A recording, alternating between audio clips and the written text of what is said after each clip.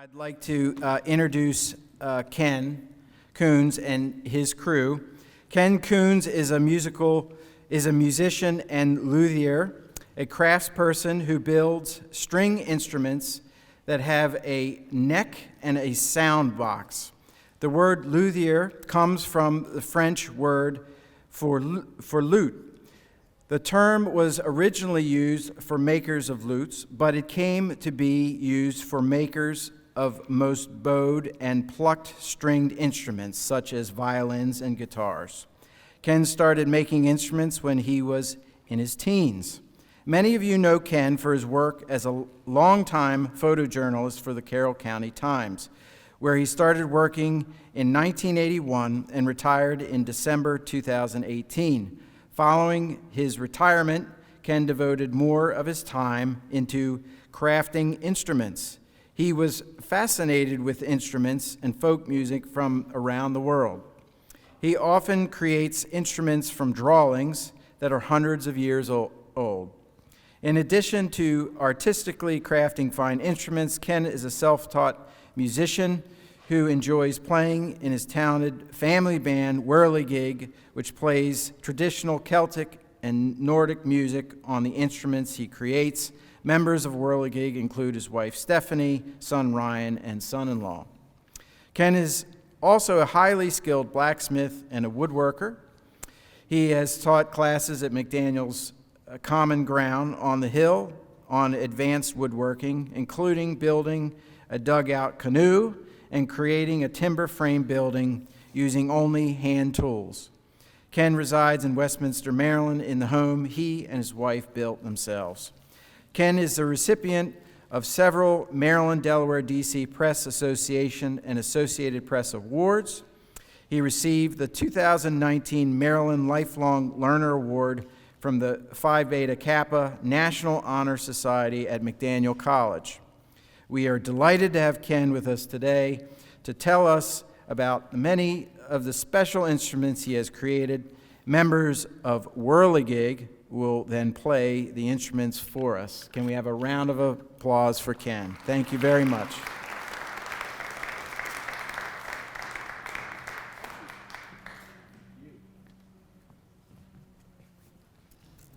I'd like to know how you found out all that stuff. I thought I was a pretty private person. It's like, how does he know all that? All right. Well, thank you all for coming, taking time from your busy holiday schedule.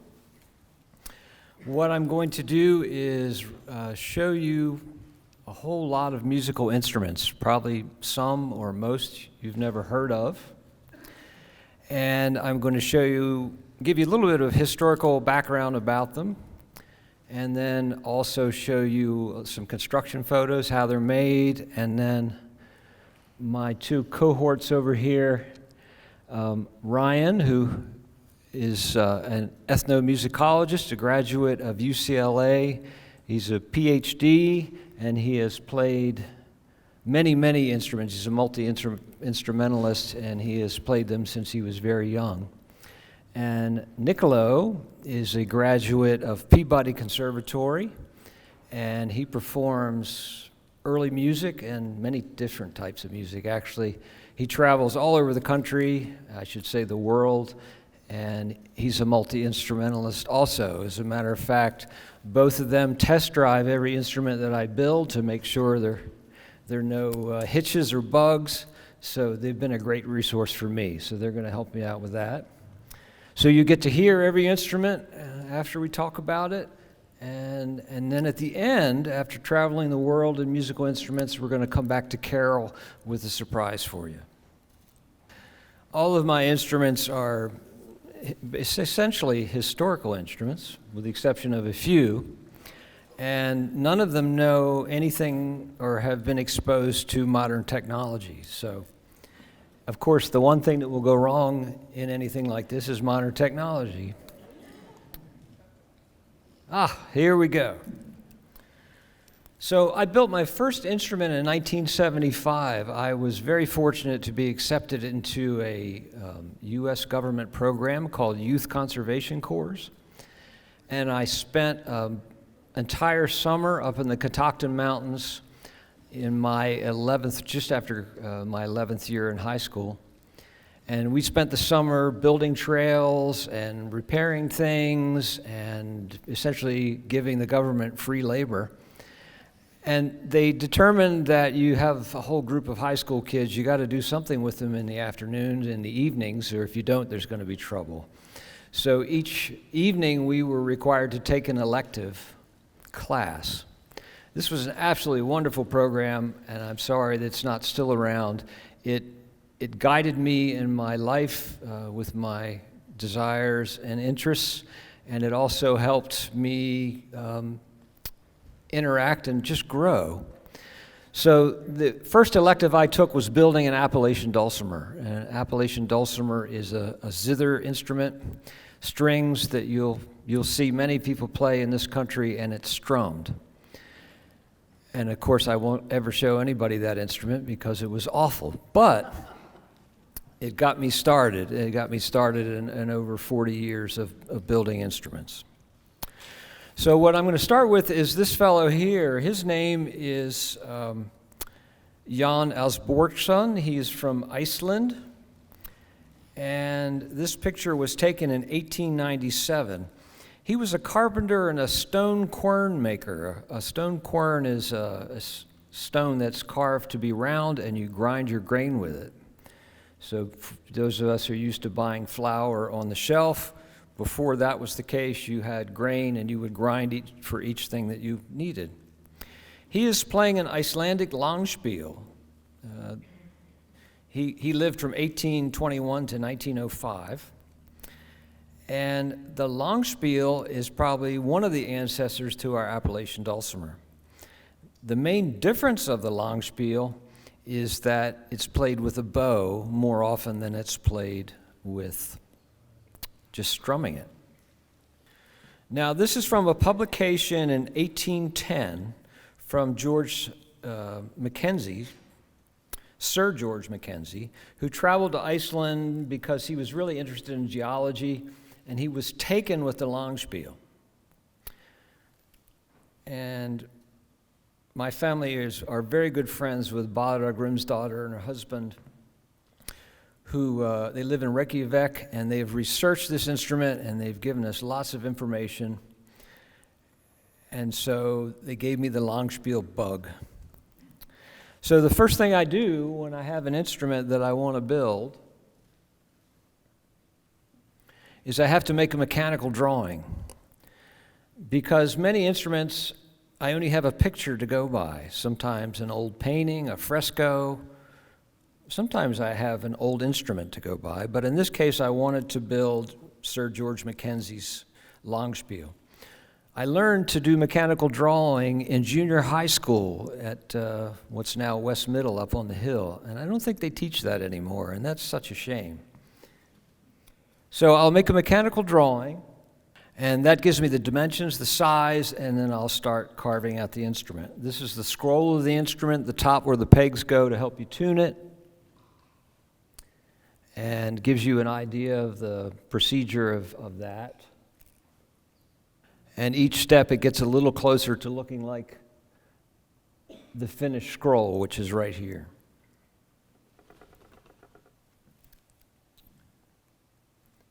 Then I have to make the other end of the instrument, where the ends of the strings are attached. And this particular instrument is just a block of wood that's carved. I use a lot of hand tools, and actually mostly hand tools in instrument building. And then the instrument is glued up. All string instruments are basically a box with strings on them. It's just the shape of the box that it differs in each instrument. Here the top is glued on, and as you can see, I have lots of clamps.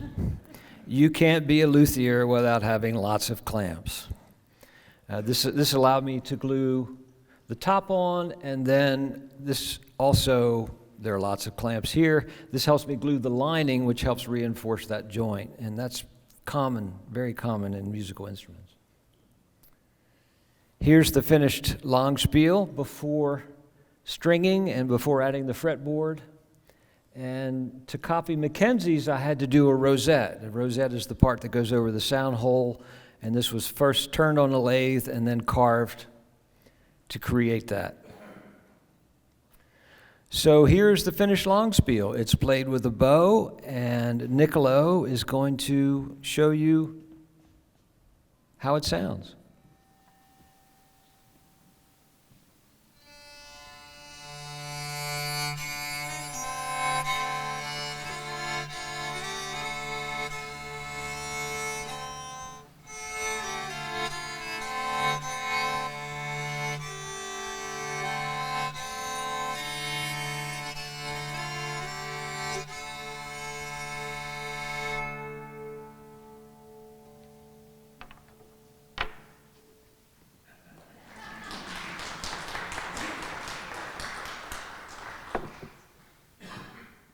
Now, the Longspiel has metal strings. And the oldest Longspiel, I think I wrote it down, goes back to, well, I don't have it here, but it's the mid-1700s. That's the oldest surviving Longspiel, and of course they think the instrument goes back even further. Well, it seems like my clicker isn't working, so they're going to help me out. So the next instrument that's the ancestor of our Appalachian dulcimer is the Scheitholt. Now, the Scheitholt is also bowed, and it's also does not have metal strings, but it has gut strings. So that sound, gut, of course, predates metal strings, goes back a long time. And we don't know much about how the Scheitholt ended up in this country, but up in the Mercer Museum in Bucks County, Pennsylvania, there's the Scheitholts that you see on the top of the photo here, and the one below that is my copy. Now, the Scheitholt, the original one here, was a replica that Henry Lapp in the 1870s remembered from his home life in Germany and had rebuilt here. Now, he was a Mennonite teacher up in Bucks County. He taught English and German, and he played his Scheitholt for classes that he called spelling bees during the day, and at night he himself accompanied himself singing German hymns. So the original one is up in the Mercer Museum, and they were kind enough to let me go up and measure it with our friends from Iceland, because this relates to the Longspiel too. The neat thing, and I find this really funny about this instrument, if you look at the sound hole there, what does that remind you of? Young people probably won't know. Looks like a dial tone on a phone, doesn't it? So now you know how the phone dial was invented. No, just kidding there. This is the inside of the instrument. It's essentially just a plain spruce box with gut strings on it. There we go. So now Niccolo will give you an example of the Scheitholts, which I think has become one of his favorite instruments lately.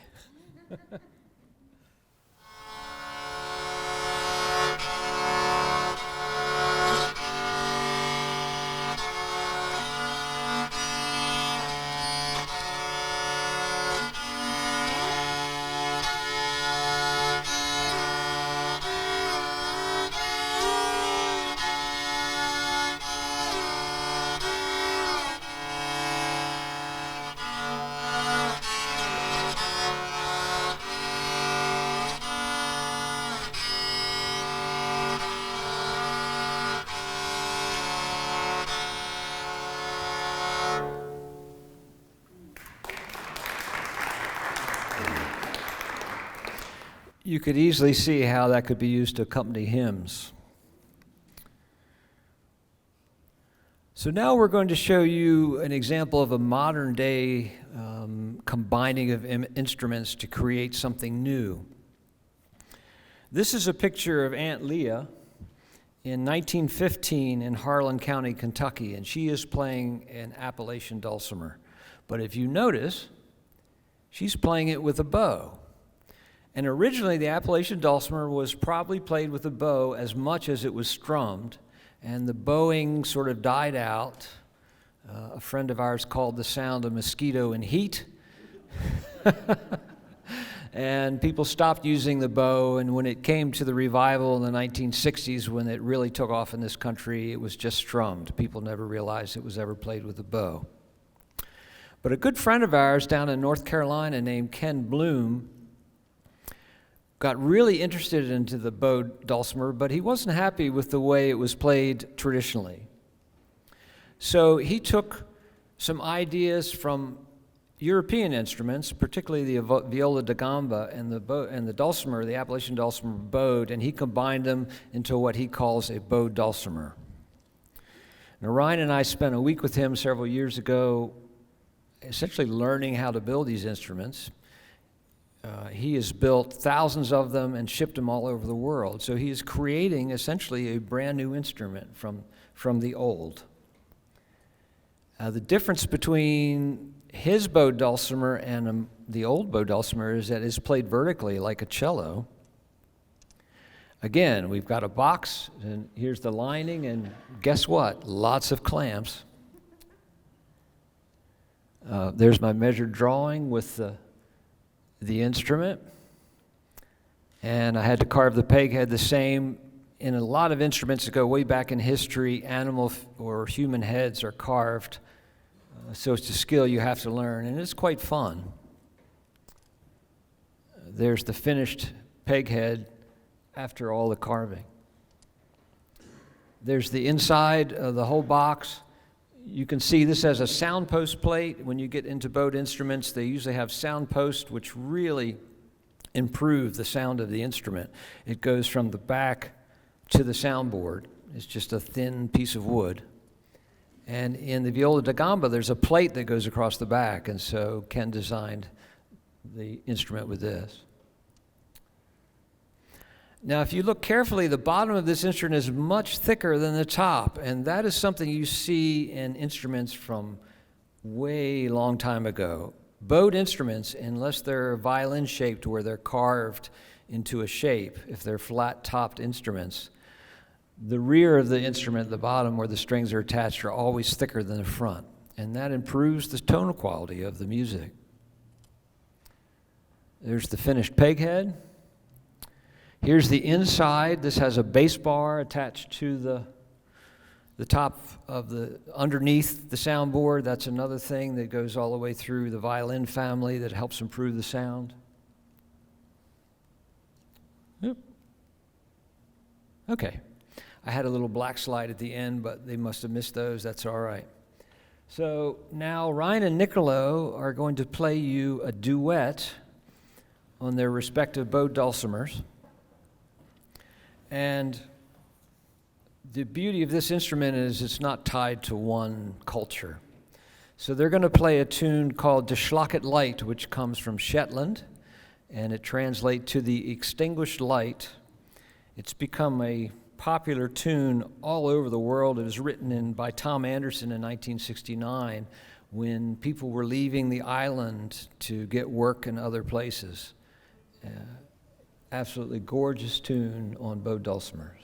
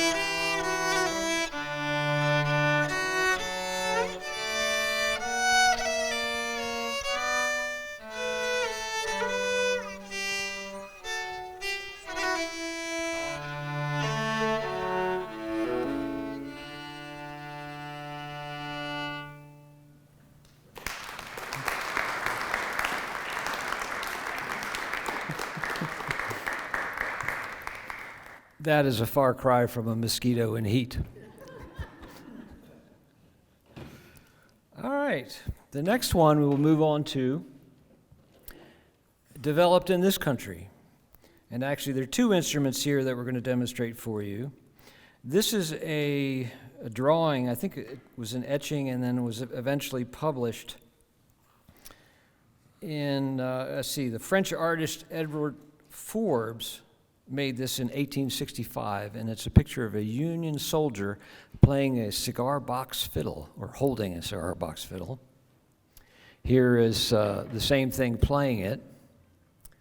And the cigar box fiddle was invented by people who could not afford to pay someone to make them a violin. This is before instruments were factory made.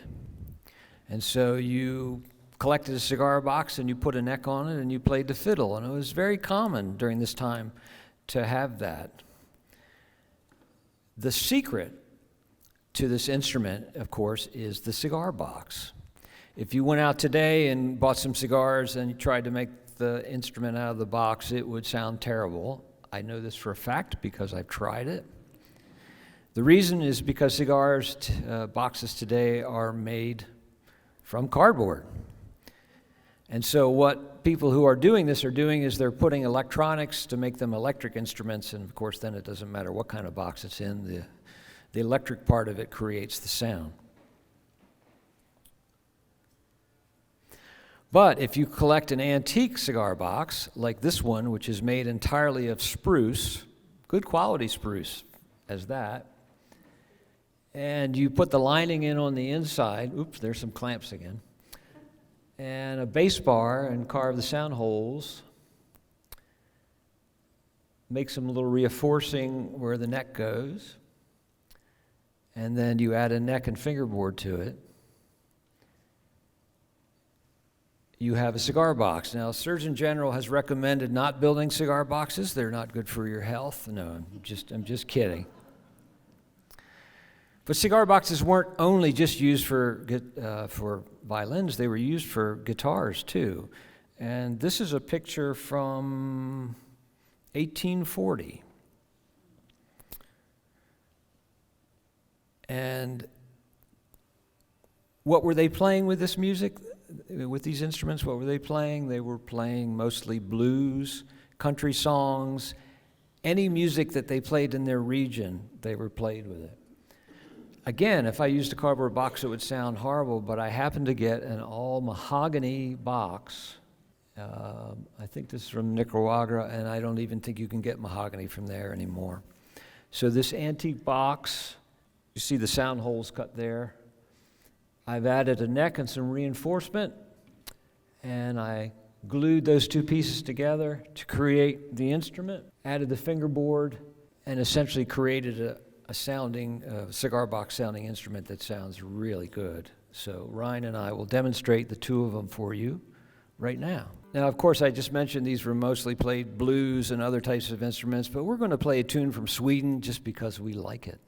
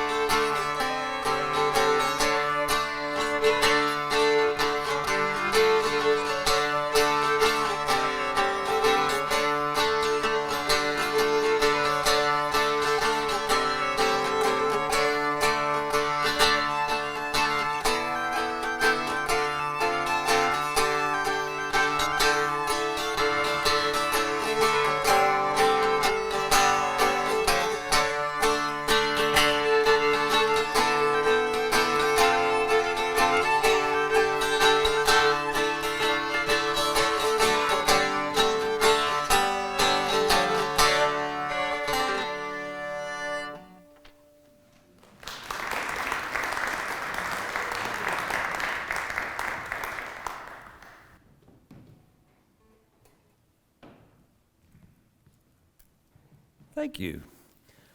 That, particularly if you're standing next to it, that fiddle is loud. So you could easily see a room full of people, or even outside, the fiddlers playing for dances.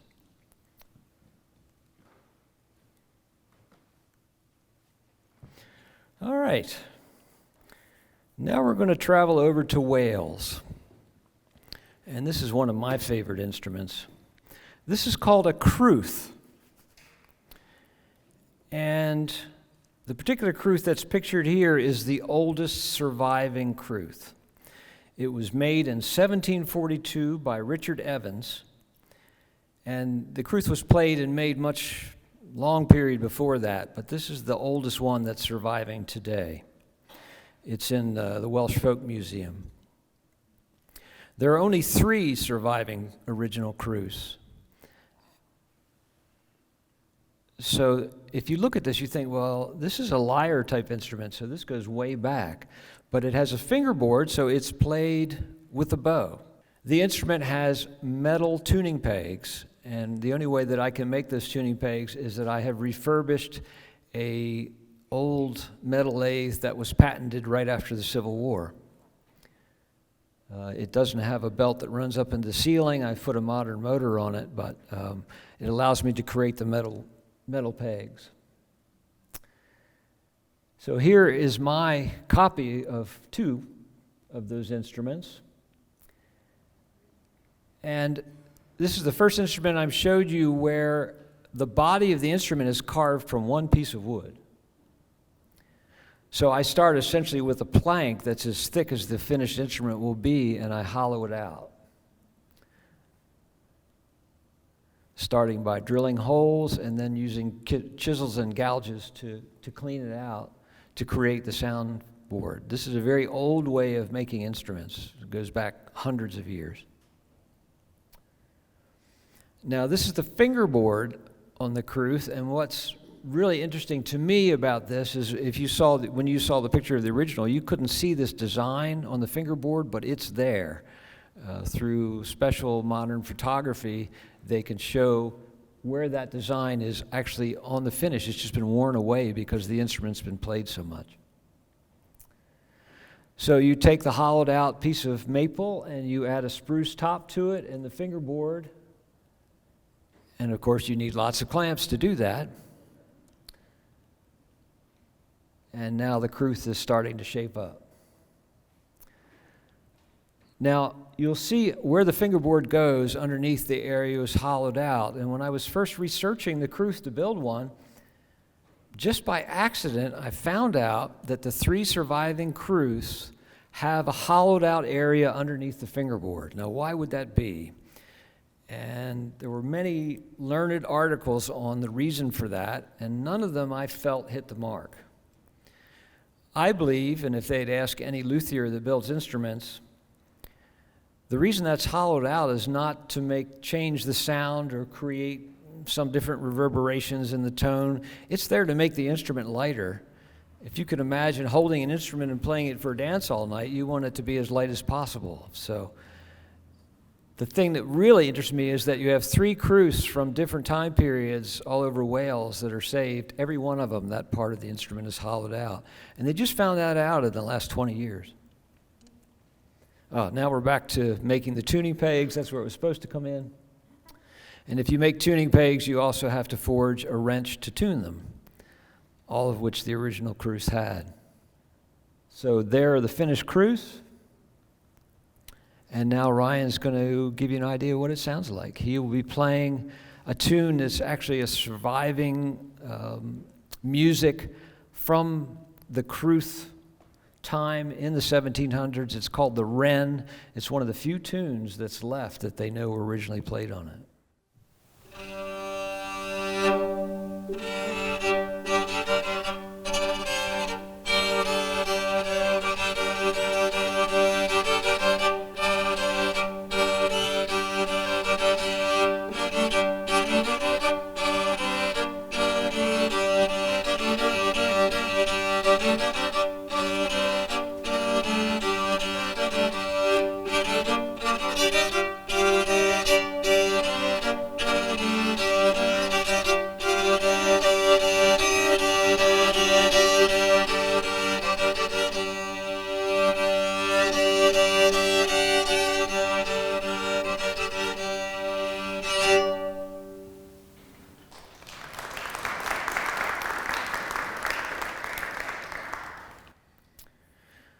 Now we're going to jump from Wales over to Sweden. And we're going to introduce you to the nyckelharpa family. And what's really interesting about this is that the nyckelharpa has evolved. And we're going to show you 3 examples of how they have changed. This is a church on the island of Gotland in Sweden. And this doorway was constructed in 1350. And you can see sort of head height there around the edge, all that intricate carving. Well, all those are different figures. And there are 2 nyckelharpa players playing that instrument in 1350 on that door. That's the oldest surviving thing that we have that says nyckelharpa. So I'm going to show you 3 different styles of nyckelharpa. This first one is from Italy, and this is a church fresco. And we call it the viola da cave, adding a little Italian in there. And what's really neat about this fresco is, and I thought for years, there's something wrong with the depiction of this instrument because the neck is crooked and strings don't bend like that. And then I saw a picture of the original, and it's on a curved, vaulted ceiling. And so that curving is from the vaulted ceiling. It is actually supposed to be straight. The viola da cave is played with gut strings only. And here's my copy of it, or facsimile of it. You're not supposed to say copy. It got me in big trouble with all the builders in Europe. And if you notice that I have lots of keys on mine. Now, how a nyckelharpa works is you bow the string and you press a key in with your finger, and that key shortens the string with a little tangent. And that is what creates the individual notes. Well, to give the musician more of things to play on this instrument, I added keys to it. Now, this instrument is also made with a solid sound box that's carved out. And I quickly discovered if I wanted to make these old instruments, I couldn't just go down to the local store and buy wood because they don't come in those sizes. So I've got a hold of and learned how to cut my own lumber on a sawmill. And this is a big spruce log. I have a good friend who's a tree trimmer, and I go over and check out his stacks of logs. So if you ever have a tree taken down in this county, it could end up being an instrument. So here's a big slab of spruce. It's close to 4 inches. Well, I think this one was 3 inches thick when I started. And again, drilled it out, carved it out, and glued on the spruce top. Guess what? Always using those clamps.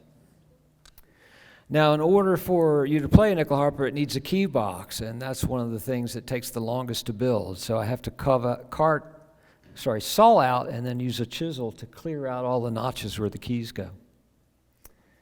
And then this particular harpa in the drawing had a very intricate wooden inlay. I used black walnut and used a chisel to create the hole and then put the pieces of wood in, and then I plane it all flat so that it looks like that.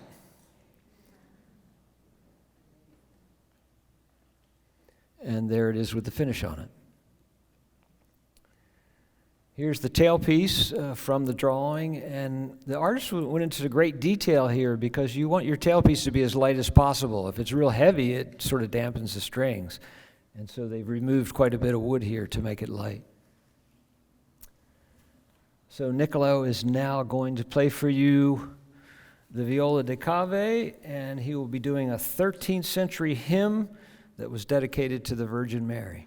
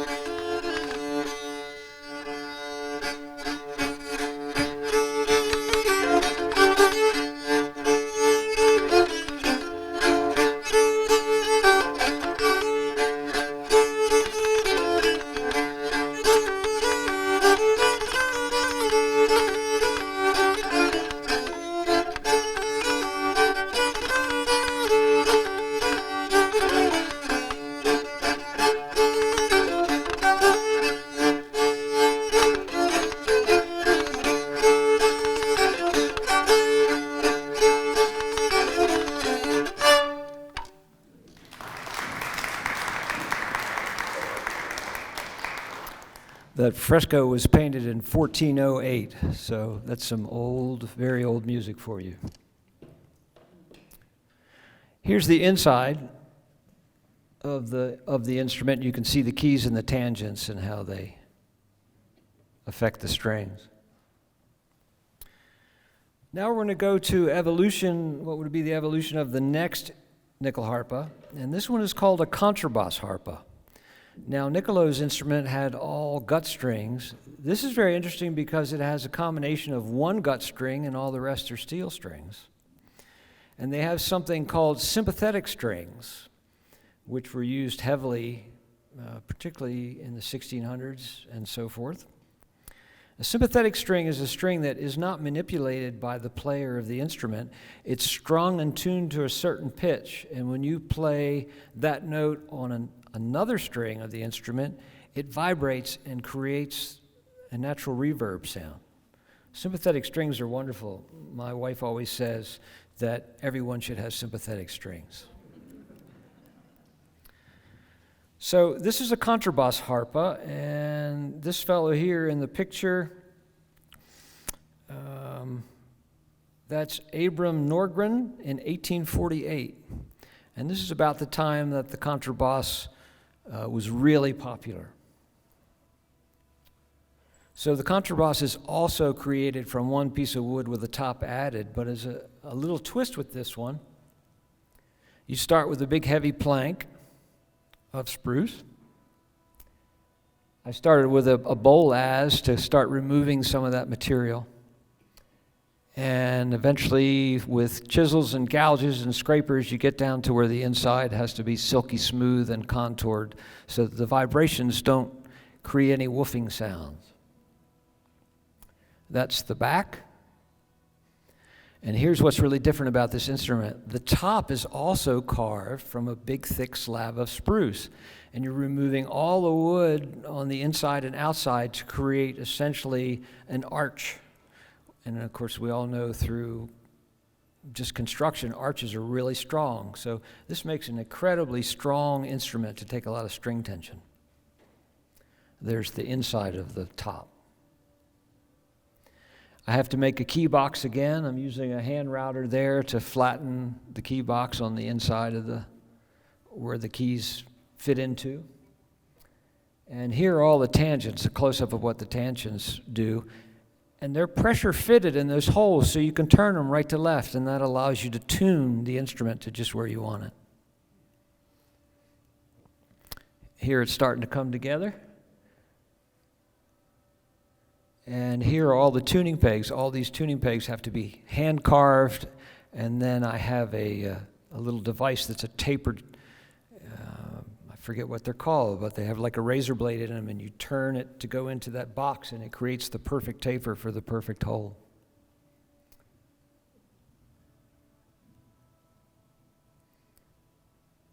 So this has a lot more to it than just the Scheitholz did or the Langspiel. Now, this was a graduation present from Ryan when he became a PhD at UCLA, and he loves ferns, so I got to have a little fun on it and create wood burnings of ferns on the instrument. These are the keys, and every key in a nickel harpa is a different shape, and it all has to be carved. Well, I shouldn't say it has to be, because there are some people who are doing it with modern computers now, but every one I make is carved with a knife by hand. Here's the instrument as it's coming together with the strings on it. And this is called the face. I don't know what the Swedish term for it is, but this is something you see a lot of. There are pictures of these old instruments with this face, and they look a little scary, although I think my fern carving gives it a little hair and makes it a little softer. It gives it some bangs, you know. Here's the inside of the sound box with all the strings, and the old contrabass harpers, many of them had lids to cover the strings. There are all the finished keys. Okay, Ryan's going to give you an idea of what this instrument sounds like. Keep in mind it has one gut string and the rest are metal strings. it's got a gut string, all right.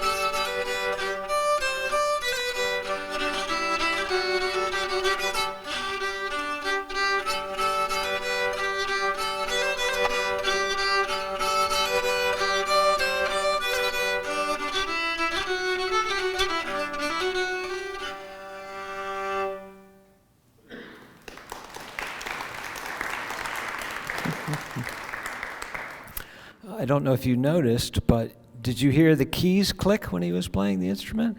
As we've come down to the modern nickel harpa, the desire to remove that key sound has been important, even to the point where the keys are made from birch wood.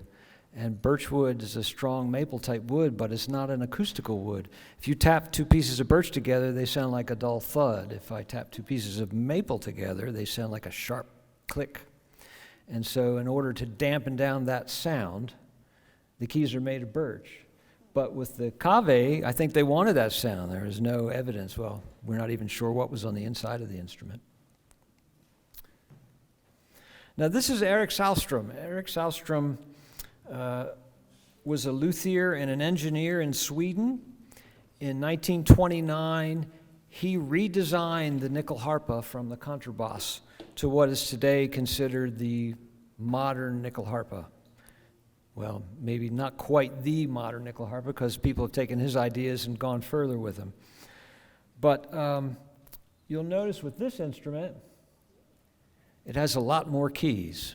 Boy, does that. It has 3 rows of keys instead of just 1, and allows you to play more complicated music. It also means the luthier has a lot more keys to carve. Every time I finish a nickel harpa, I don't want to build one again. But that wears off. Women have told me that having babies is the same way. So this is the modern keyed fiddle or nickel harpa. Now this instrument is not made from a solid piece of wood, it's made from built-up pieces of wood. Not bent though, but cut out of blocks of spruce. And you can see there I've left some extra wood on the edges so that when I clamp it together, guess what, different kinds of clamps, it gives some purchase and holds the wood together. That is then carved away as well as the top and bottom are flattened. And here I'm ripping with a handsaw from the early 1800s, I'm ripping the thin spruce for the back out of a thicker piece of wood. There's, actually I think that's going to be the back and the top.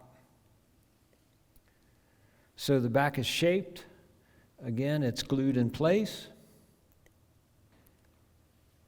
The top on the modern nickel harpa is also curved, but unlike the contrabass where I actually had to carve away the wood to make it curved, this is bent, and we do that by steaming or boiling it in water for a little while, and then I clamp them on the top of the instrument so that it's a perfect match. There's the bass bar that's glued in on the inside. And here we go. We have to make a key box, this time with 3 rows of keys. And to do that, we have to glue up our key box. But we also have to make it so the keys can come out for repairs, so it's a little bit of geometry. I think Eric did pretty well when he figured out all this. Here are the keys roughed in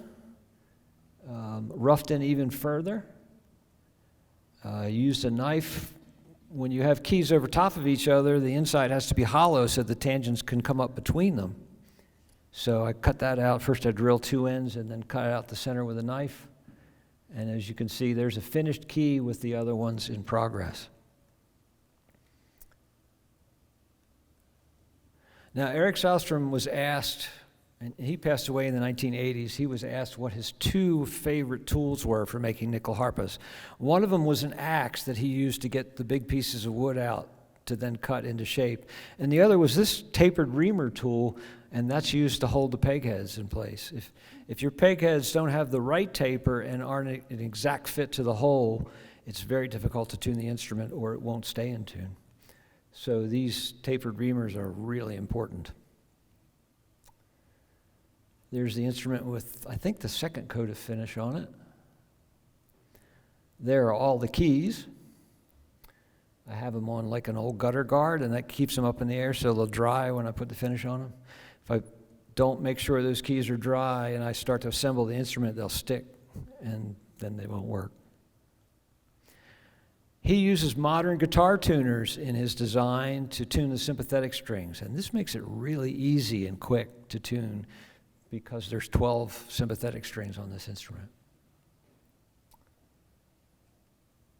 That's right before we add the strings. There are the strings added. There are 4 playing strings and 12 sympathetic strings. There's a side view. You can see it's carved out to allow room for the bow to go. And interesting thing developed in Sweden, I'm going to say in the early 1900s, and that's wood burning a design around the edge. And so here's the design actually from an old Swedish instrument that the person who bought this instrument wanted. So I had to create the wood burning design in the blacksmith shop to be able to create all the edge around it. And of course you can't pick up a cello or a violin bow and play the nickel harpa because they're long, and you'll see when Ryan plays it, it would stick him right in the eye. They lost more nickel harpa players that way. No, you have to create a small short bow, and this is made from black walnut, and the curved part are thin pieces that are glued together to create that arch. There's the finished instrument, and Ryan will now give you an example of the modern nickel harpa.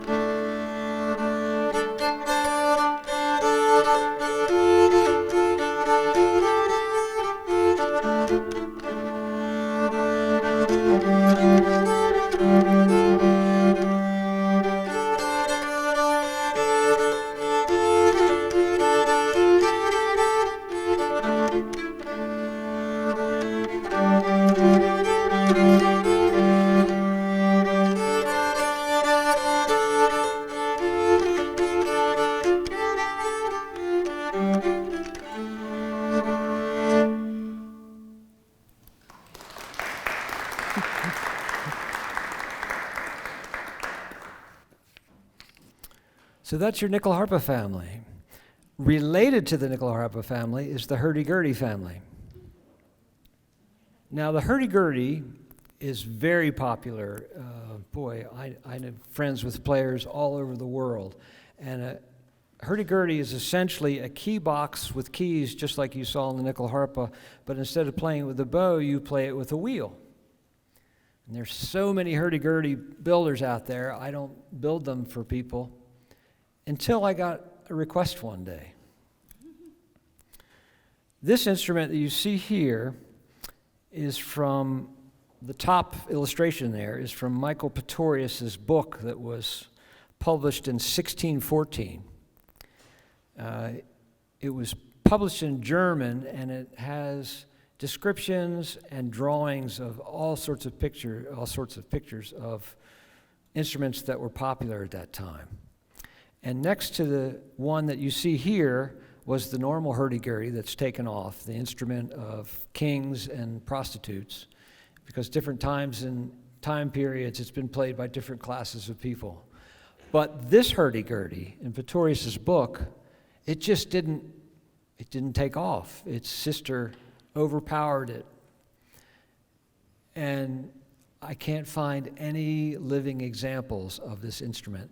The only example we have that it ever existed is this drawing in Pretorius's book. So I got an email one day from a college professor who wanted to know if I could make this instrument, and I was just like, yeah, let's try, you know, this is a challenge. So the hurdy-gurdy is played with a crank. You turn the crank and it's attached to a wheel, and you can see the wheel there touches the strings. It has some cotton between it to kind of make it gentle, and there's rosin impregnated on the wheel, and that's what gives a continuous bowing. So in order to make the crank, I had to blacksmith the crank, and I had to create the wheel assembly. Had to go back to that metal lathe and make the flanges that go on the wheel itself. And I had to blacksmith the crank that holds it all together. So that's what creates the sound.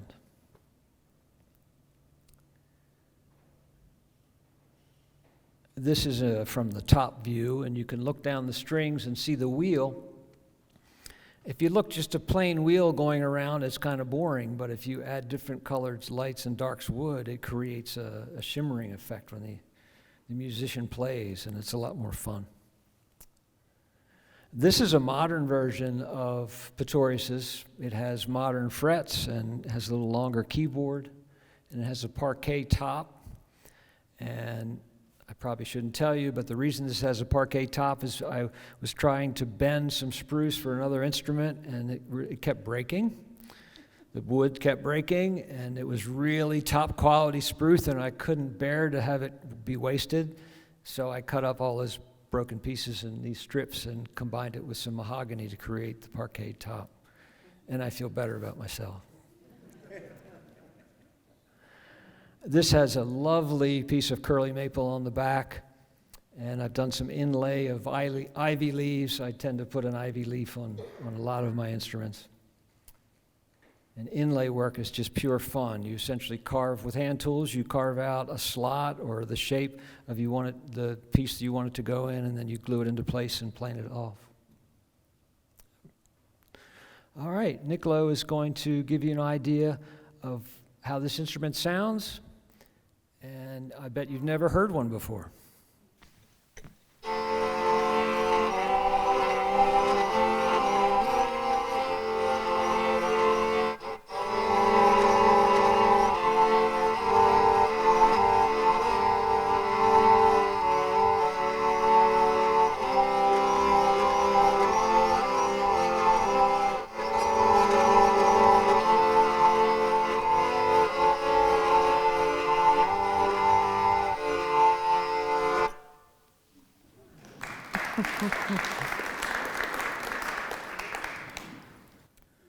We're guessing, of course we don't know because we can't find any surviving music or instruments, but we're guessing it was used for chordal accompaniment to other musicians, which could be why it just sort of died out and never took off. Well, now we're going to jump over to Kazakhstan, and I'm not even sure how we got involved with this. Oh, I remember. Ryan was at UCLA, and he called me up one day, and he said, "Oh, Dad, a professor just showed me this really neat instrument. Can you make one?" And I said, "Send me the information." So this instrument is used by their religious leaders, and they're used mostly to make, I guess, copy sounds from wildlife. They also play tunes too. It's essentially a huge spoon with a sound chamber and a skin top. And the strings are made of horsehair as well as the bow.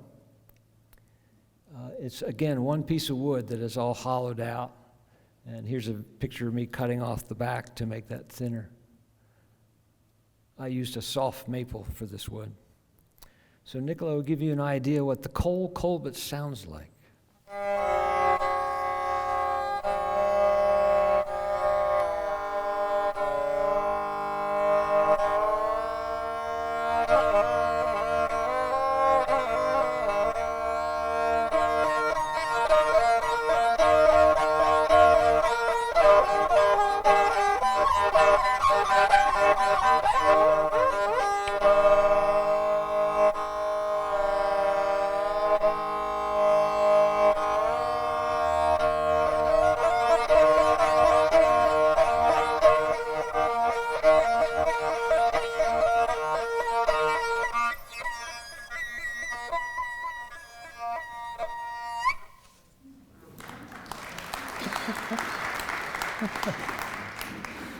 A lot of sound for a very simple little instrument.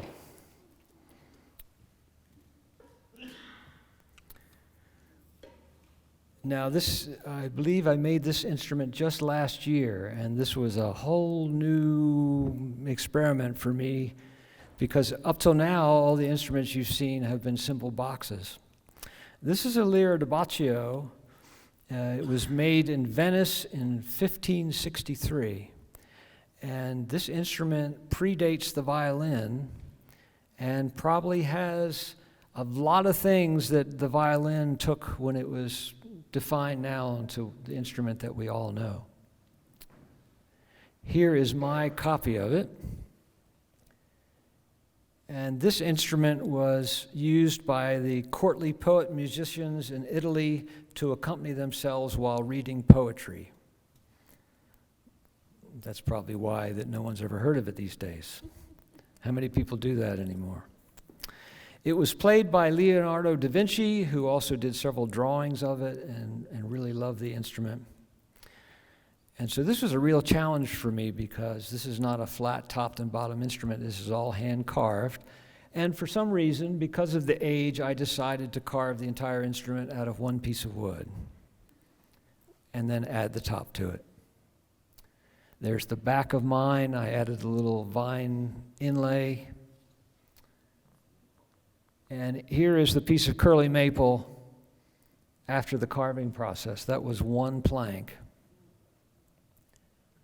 And it took me about 4 months to carve that. All with hand tools, by the way. There's the peg head. I tried to match the one on the original. And here is the sound top on the inside, which is also carved like a violin. This was a piece of wood that was given to me by a very close friend who passed away. He left it to me. It was a 30-year-old piece of spruce that had been dried, really exceptional piece of wood. I have never carved on wood that's been dried that long, and it was a joy to work with this piece of wood. This shows you a little more about the inlay work on the back. Essentially, I first thing I do is cut out the piece that I want to go inlaid into the wood, and then I scribe around it with a knife and then remove all the inside with chisels and knives. And it fits all together, and then I like to do a wood burning around the edge. I think that really makes it pop off the instrument. This is the instrument ready for finishing. Oop, don't want to give that away just yet. So Niccolo will play the Lira da Baccio for you. This has all gut strings, so he'll have to tune.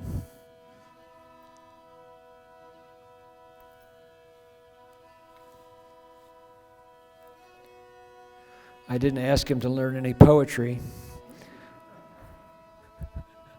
so rather than detract from the actual sound of the instrument, he won't have to do that.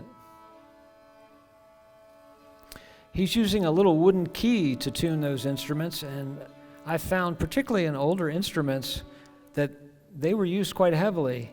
If it's too close to get your fingers in the center to tune a string, that key just makes it so much easier.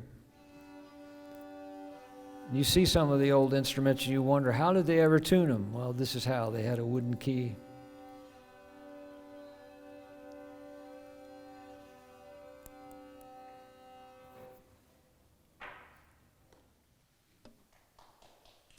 Thank you, yes. That's correct. The tuning is the hard part. Good observation.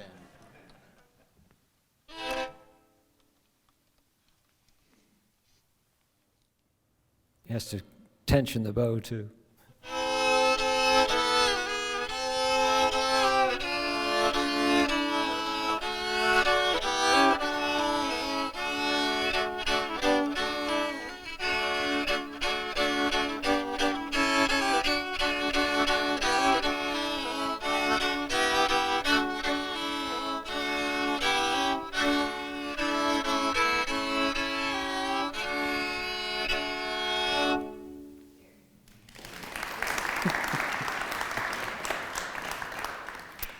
And as I promised, we've come back to Carroll County. Now, this is a photograph that appeared in the Historical Society calendar in 1992. It is a picture of Professor Royer's string band. I believe that picture is from 1895 here in Westminster.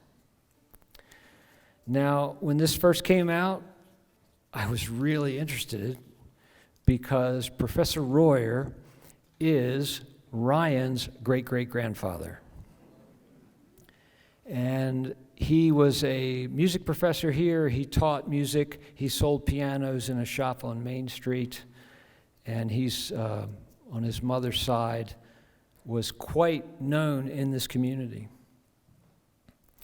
So when I look at this, and did for many years, I look at this picture and I say, this is in 1895. What music would they be playing in 1895? Today you'd look at it and go, well, that's an old-time string band. They'd be playing Southern old-time music. Well, that hadn't gotten here by then. Bluegrass wasn't invented then. Now in the front row we have Grant Hildebridle, we have Professor John Thomas Royer, Doc Hyde. In the back row we have Hattie Hyde, Howard Engler, and Herbert Getty. Herbert Getty is Joe Getty's grandfather, former director of the Carroll County Historical Society. And Joe, in all his history-minded work, has sheet music from his grandfather. And he has Grant Hildebridle's Crescent Club March and Two-Step that was written in 1899, just a couple years after this picture was taken. So we're going to guess that Professor Royer's band performed this number. And so Joe was kind enough to send me the sheet music, and we learned it. And we're going to finish up today by giving you an example of what you would have heard at the turn of the century, 1899, in Westminster, Maryland, with the Crescent Club March and Two-Step.